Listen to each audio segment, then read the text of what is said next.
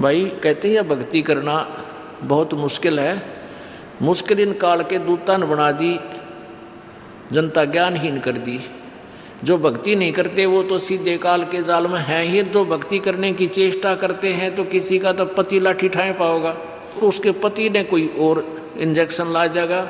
यो क्यों होया भाई, हम भी तो नाम ले रहे हैं, हम वहाँ जाते हैं, हम तो 6 महीने साल में कभी कभी जाते हैं, और आप कहते हैं 10वें दिन भाग लेते हैं। तो भगत ने नाम ना ले रखा तो वो परेशानी पैदा करेगा ही करेगा। किसी की पत्नी ने नाम नहीं ले रखा, भगत ने ले रखा है, तो वह सींग पिनाए पावेगी। किसी के कहने सुनते हैं, जानते क्या सुनी घर में होगी। काल ने तक करवाना है कि किसी प्रकार ये वहाँ जाना छोड़ दें, तेरे जाल में फंसे रहें।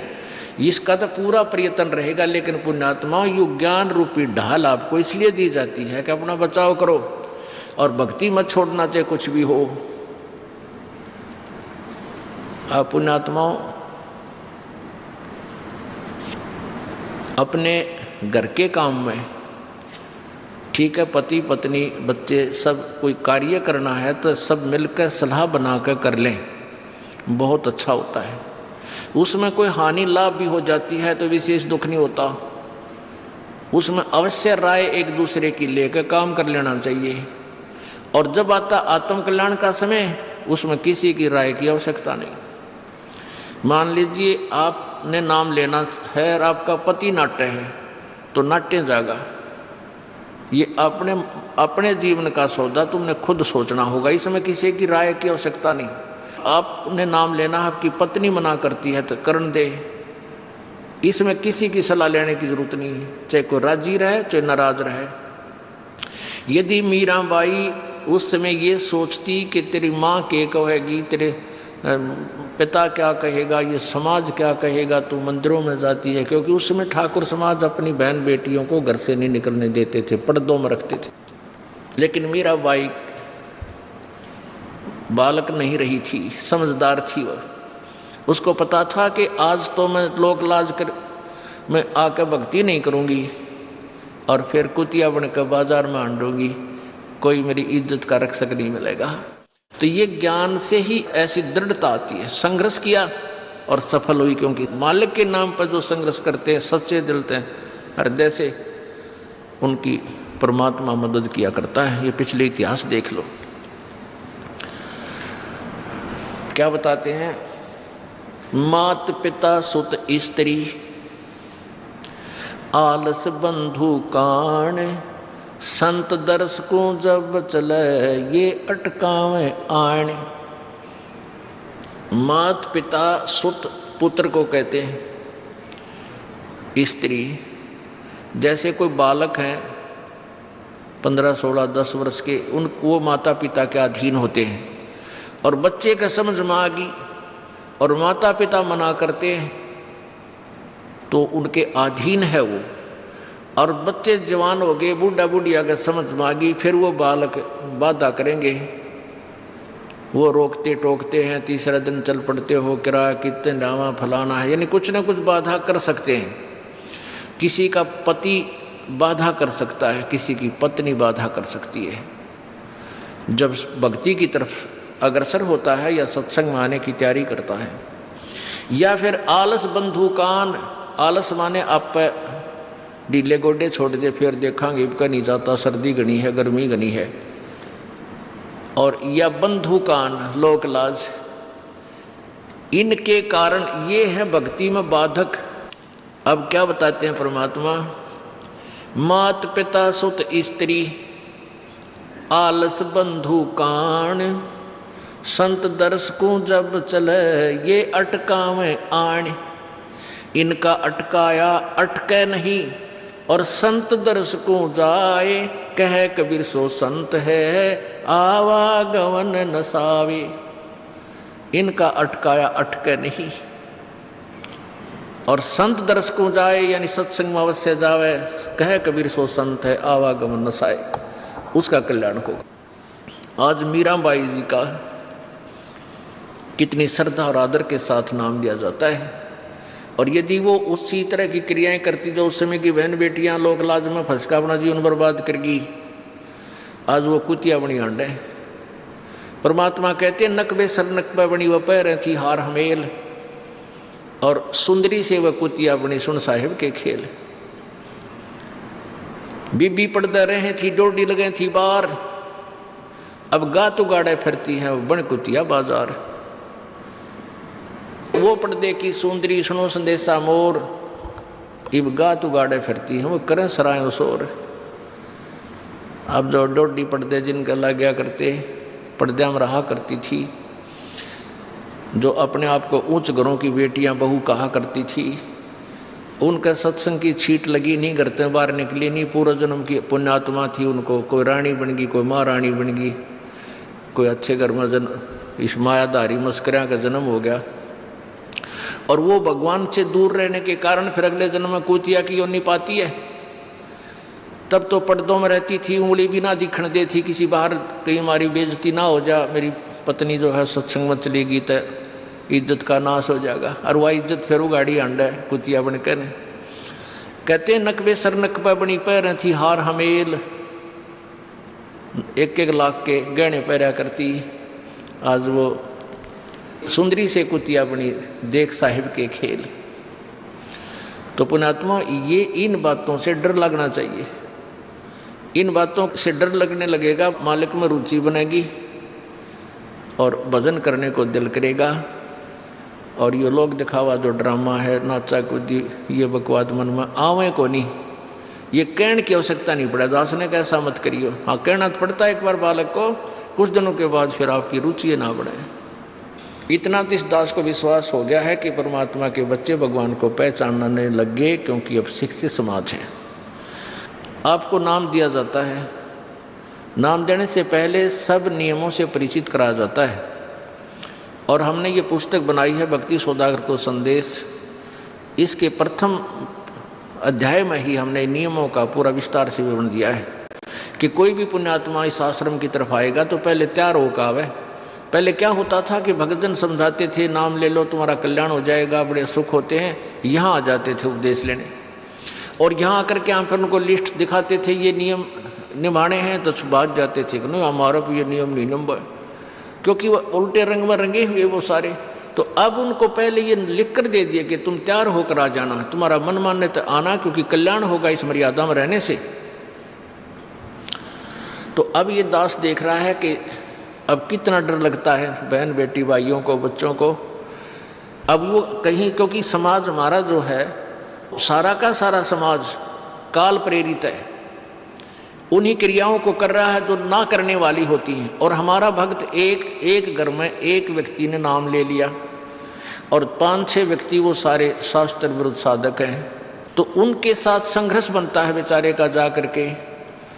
फिर भी वो इतना दृढ़ है, डरता है, आकर पूछता है जी मेरे पे ऐसी गलती होगी, मेरा नाम तो खंडनीय हो गया, आगे से नहीं करूँगा। तो कहने का भाव ये है कि पहचानने लग गए तुम परमात्मा को और संघर्ष करना सीख गए, आप सफल होगे, देख लेना एक दिन। ये नाखून पालिश लगाते हैं, ओठों पर इसी बूंदी शक्ल बना लेते हैं, लाल वो लगा कर लिपस्टिक, इतना बेहुदी शक्ल बन जाती है। कहते हैं अब ऐसी मर्यादा बन गई, बहन बेटियां कहते कि हम ऑफिस में जाते हैं तो ये लिपस्टिक वगैरह नहीं लगाते, नेल पेंट नहीं लगाते, तो क्या कहते हैं उस दूसरे कि तुम्हारे घर में कोई मर गया क्या? अरे थारा गजब भैया, ये बकवाद करने तो सारे जी जाओगे तुम, अकल खत्म होगी। यानी एक मर्यादा बन गई, जो ऐसे उल्टे काम ना करे उसने हे समझन लागे। निरंजन धन तेरा दरबार जहाँ तनिक नहीं न्याय विचार, सारे उल्टे काम में राजी रहे। लेकिन हमारी बेटियां अब संघर्ष करती हैं कि हाँ उनको ज्ञान हो गया, वो तो बालक हैं, कुछ भी कह सकती हैं। तो अब हम सबको बताते हैं ये ऐसा नहीं करना, क्योंकि पहले हमारा ज्ञान गाँव में ज़्यादा चला था। इस दास ने गाँव में जाकर प्रचार किया, तो वहाँ तो ये था को ना लिपस्टिक का फंड था, ना कोई नाखून पालिश लाया करती, मेहंदी मुंदी ला लेती, तो यार वो भी मना कर दिया, हमने समझा दिया कि इसका कोई फ़ायदा नहीं है, अपना भक्ति करो। तो वो तो सब एक साधारण सी बात ही छोड़ छाड़ दी। अब शहरों में फैल गया परमात्मा का जो ज्ञान है। अब शहरों से जो बेटियां आती हैं वो सारे तो नाखुना निशी बुरे हाल तो सनाए पाओगे। और इधर बिहार में तो और बेगन हो रहा है, कति बुढ़ी बालक सारे लाल ये नाखुना न कति नो कुसूती तरह पेंट करके लाओगे नो चमकांदे। अब इनको समझाना पड़ता है कि ये नहीं करोगे तो मान जाते हैं कि नहीं आगे नहीं करेंगे हम, क्यों इनकी आवश्यकता भी क्या है। भगवान ने तो कितने सुंदर नाखून पहले बना के दे रखे, इन पर क्या फायदा और बकवाद करने की। तो मालिक ने जो अंग दे रखे हैं वो बहुत अच्छे बना के दे रखे हैं, इसमें हमको फेरबदल करें ये हमारी वो लोग दिखावा मेकअप है, इसकी हमें आवश्यकता नहीं। अब तो हम आपको बता रहे हैं, समझा रहे हैं पहली बार, फिर आप पे सियाने हो जाओगे, आपकी आप पर रुचि ना करे। जैसे नानक साहब कहते हैं, ना जाने काल की कर डारे किस विध डल जा पासा वे, जिना के सरते मौत खड़क दी नानू के डांसा वे। अब प्रसंग था कि साध मिले साड़ी शादी होंगी और भी छड़ जा दिलगिरी वे, अख दे नानक सुनो जहाना ये मुश्किल हाल फकीरी वे। तो नानक साहब क्या बताते थे कि तुम जाते हो यहाँ से सत्संग सुनकर और वहाँ आप ऐसे समाज में जाते हो जो सब काल प्रेरित होकर के वो साधनाएं, वो क्रियाएं, वो ड्रामाबाजी करता है, जिससे मुझे डर लगा रहता है कि कहीं आपकी क्रियाएं भंग ना हो जाएं और आप काल के मुंह में चले जाओ। जब तुम वापस आ जाते हो तो मुझे बहुत खुशी होती है कि परमात्मा के बच्चे काल के जाल से बचे हुए, तो उस दिन खुश होता हूँ मैं। और तुम चले जाते हो तो मेरी एक तो वो ज्ञान कि यहाँ काल का लोक है, ना जाने कब जाना पड़ जावे, इस कारण से डर से अपनी भक्ति करता रहता हूँ। और एक तुम्हारी भी चिंता खाती रहती है कि कहीं काल के जाल में ये बालक फिर ना फंस जाएं। तुम वापस आ जाते हो एज इट इज, तो फिर मेरी खुशी का ठिकाना नहीं रहता। साध मिले साड़ी शादी होंगी, साध यानी साधु संत, ये भक्त आप साध हो, साध माने जो साधना कर रहा है, और साधु सोए जो सीधा चाल है, यानी जो और लोग दिखावा बकवाद नहीं करता, शराब मांस तम्बाकू नहीं पीता और मेकअप वगैरह शरीर के वापस जरूरत नहीं। कहते पति भरता भावानी चोम चटक श्रृंगार, जो पति भरता यानी जिसने केवल अपने पति से ही लगा हुआ है, फिर उसने बकवाद करने की क्या आवश्यकता है। तो कहने का भाव यह है कि हम सच्चे ढंग से जब लगेंगे, फिर हमने अब पे इच्छा ना हो किसी वस्तु की। परमात्मा कहते हैं इस काया का गर्व ना करियो के काला के गोरा रे, और बिना भजन इसका कुछ काम ना आवे, चाहे एतर छड़को चारों ओरा रे। ये शरीर क्या है, ये गोरा दिखा है चाहे काला किसी का, इसने थोड़ा सा छोल के देख लो, एक जैसा कोबाड़ सब में भरा पड़ा है, या ऊपर पालिश का फर्क रखे, और इससे नाम अच्छा बूंदा मान लेते हैं। नहीं, ये चाहे काला है चाहे टेढ़ा बेढ़ा है, चाहे किसा बूंदा काना लंगड़ा है, इसमें जब भक्ति कर गया वो सफल है, और इस मेकअप में लग गया रहा वो असफल है, चाहे वो कितना सुंदर दिखता हो। तो पुण्यात्मा परमात्मा कहते ये मिट्टी है, इस मिट्टी से हमने लाभ उठाना है, इसे सोना बनाना है, भक्ति रूपी धन कमाना है, तो इसी से कमाया जाएगा। अब प्रसंग है कि जूठे सुख को सुख कहे ये मान रहा मन मोद, ये सकल चबीना काल का कुछ मुख में कुछ गोदे। अब परमात्मा आप बताओ, मैं आकर के बोली आत्माओं हमें जगा रही है, हमने काल के कुएं की भांग पी रखी है, यहाँ की मान बढ़ाई और इस माया की। कबीर परमात्मा कहते हैं कबीर ये माया अटपटी या त्रिगुणमयी माया, ब्रह्मा विष्णु महेश के द्वारा जो हमारे अंदर प्रेरणा कर रखी है, त्रिगुणमयी माया के विषय बता रहे हैं। कबीर ये माया अटपटी सब घट आण अड़ी, किस किस को समझाऊं ये तो कुएं भांग पड़ी। अब किस किस ने समझावा, सब एक तरह की भांग पी के एक जैसे विचार, एक जैसे बोल, एक जैसा ज्ञान इन्होंने ग्रहण किया हुआ है, और ये दास सच्चा ज्ञान सुनाता है इसका विरोध करते हैं, इसको जल्दी समझ नहीं पाते, क्योंकि इनको इस माया रूपी और अज्ञान रूपी भांग का नशा हो रहा है। तो परमात्मा कहते हैं कबीर ये माया अटपटी सब घट आण अड़ी, और किस किस न समझाऊं या तो कुएं भांग पड़ी, यानी सब ने एक जैसा ही ज्ञान ग्रहण कर रखा है, सबके एक जैसे विचार हैं। अब झूठा सुख कौन सा है, इन कार कोठियों को हम अपना मानते हैं, संतान संपत्ति को अपना मानते हैं। इसका उदाहरण आपको दे दिया। परमात्मा कहते हैं राम नाम कड़ुआ लगे और मीठे लागे दाम, दुविधा में दोनों गए भाई, माया मिली ना राम। माया तो मिले को नहीं, यानी मान लीजिए आपके पास अरबों संपत्ति अरबों हो भी गई तो वह तेरी नहीं। आपको 2-4 रोटी सुबह 4 रोटी शाम है, और 1 वर्ष में गणित गणे 4 कपड़े कुर्ते पजामे बहुत, 1 वर्ष में खत्म। आप पाटे को नहीं, ऐसा काम रह रहा आजकल। और 2 जोड़ी चप्पल कुर्ते जूते और 1 खाट का स्थान, 1 चारपाई आ जा, गणित गणी 2 आ जा, जितने एक परिवार एक व्यक्ति को 1 चारपाई।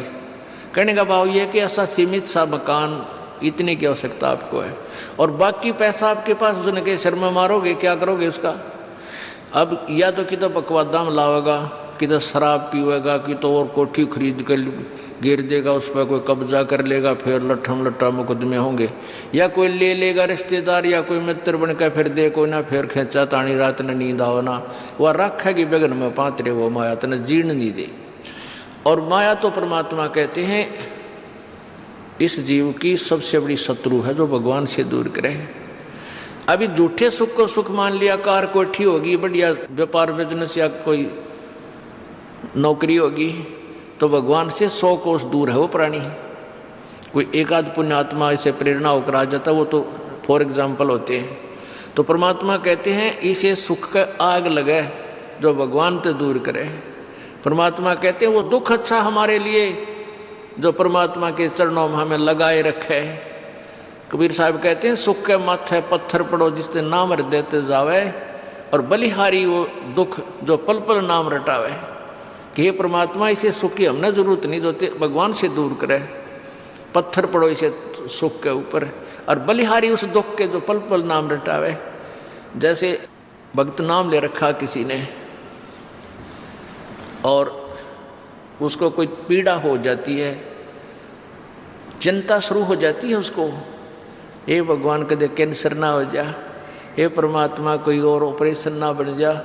तो वहाँ तक जाता है जहाँ डॉक्टर के पास, और भगवान याद रह कर आता है, और वहाँ जाकर डॉक्टर करता है अल्ट्रासाउंड और एक्सरे वगैरह करके बता देता है कि आपको वैसी कोई खास बीमारी नहीं है, नॉर्मल सी है, ये दवाई लो ठीक हो जाए। उसके बाद फिर परमात्मा के गुण कितने गाता है वो। जो भक्ति से दूर हैं वो तो भूल भाल जाते हैं, उनको तो परमात्मा याद आता है, कोई ना डॉक्टर दिखे। और पुण्यात्मा जो भक्ति करते हैं उनको डॉक्टर नहीं भगवान पहले दिखाई देता है। पुण्यात्मा आपके प्रारब्ध में, आपके संस्कार में मृत्यु है और कैंसर से है, और वो होगी, नाम ले रखा आपने, और डॉक्टर ने भी डिक्लेयर कर दिया कि कैंसर है भाई। पीछे आपको उदाहरण दिया था, एक लड़का रोहतक से इकलौता पुत्र, और 10 साल के बाद पुत्र प्राप्ति हुई, और उस लड़के का कान में कैंसर बता दी,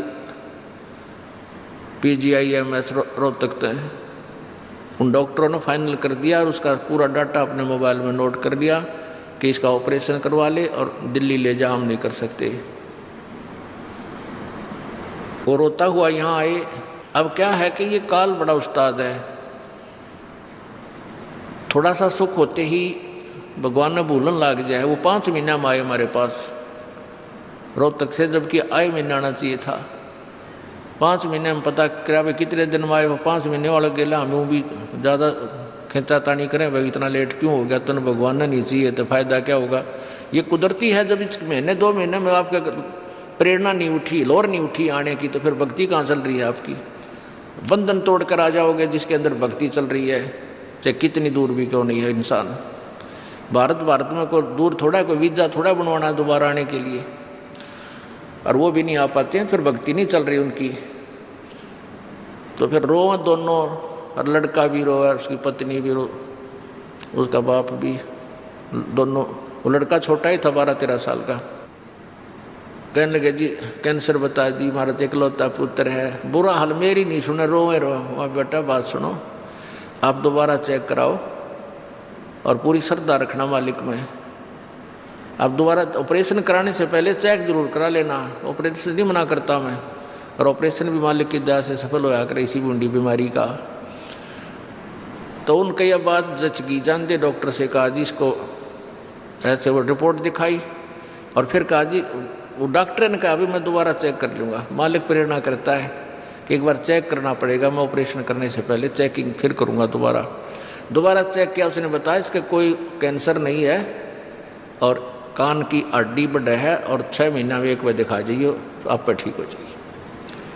अब पुण्य आत्माओं, अब उस परिवार के को भगवान कितना प्यारा लगेगा, कितनी श्रद्धा बढ़ेगी। और आए महीने 2 चक्कर काटेंगे तो इंसान तो होंगे, शैतान होंगे तो फिर आपत्ति आओगे उन पर। भगवान से दूर होते ही फिर ये विरानमटी होगी। तो कहने का भाव ये है कि सुख के माथे पत्थर पड़ो जो नाम हृदय जा, और बलिहारी उस दुख के जो पल पल नाम रटावे। संत शरण में आने से फिर आई टले बला, और जय मस्तक में सूड़ी होवा कांटे में टल जा। ये मालिक की वाणी है, गलत नहीं हो सकती।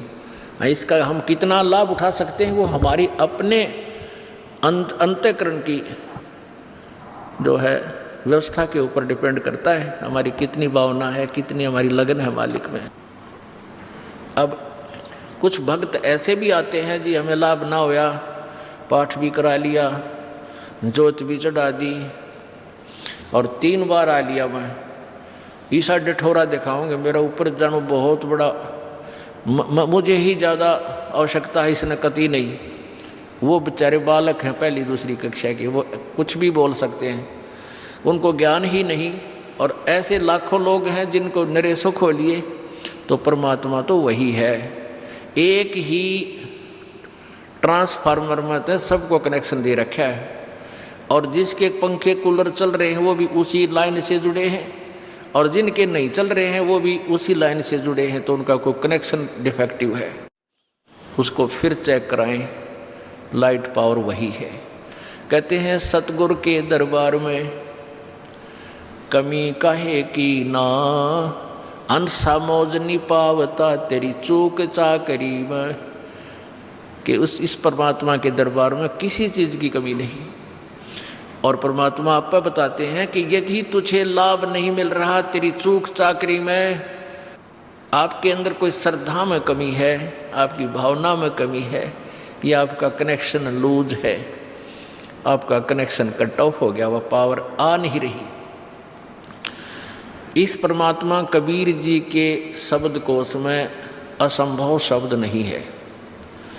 इस कबीर परमेश्वर की डिक्शनरी में इम्पॉसिबल वर्ड नहीं है, ये वो भगवान है।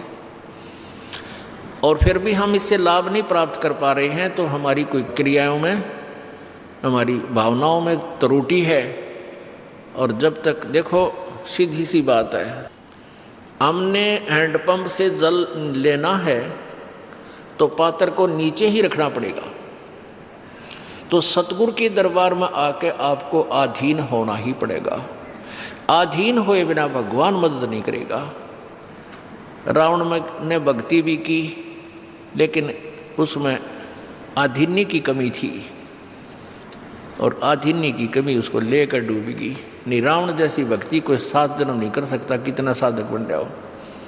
जब परमात्मा के नाम पर यहाँ से काट कचड़ा देना अगले समर्पण, तो कहने का भाव ये है कि और फिर उसके अंदर जैसा किया वैसा फल उसको मिलता रहा, लेकिन अधीन्य नहीं आई, फिर सारी करी कराई खो दी।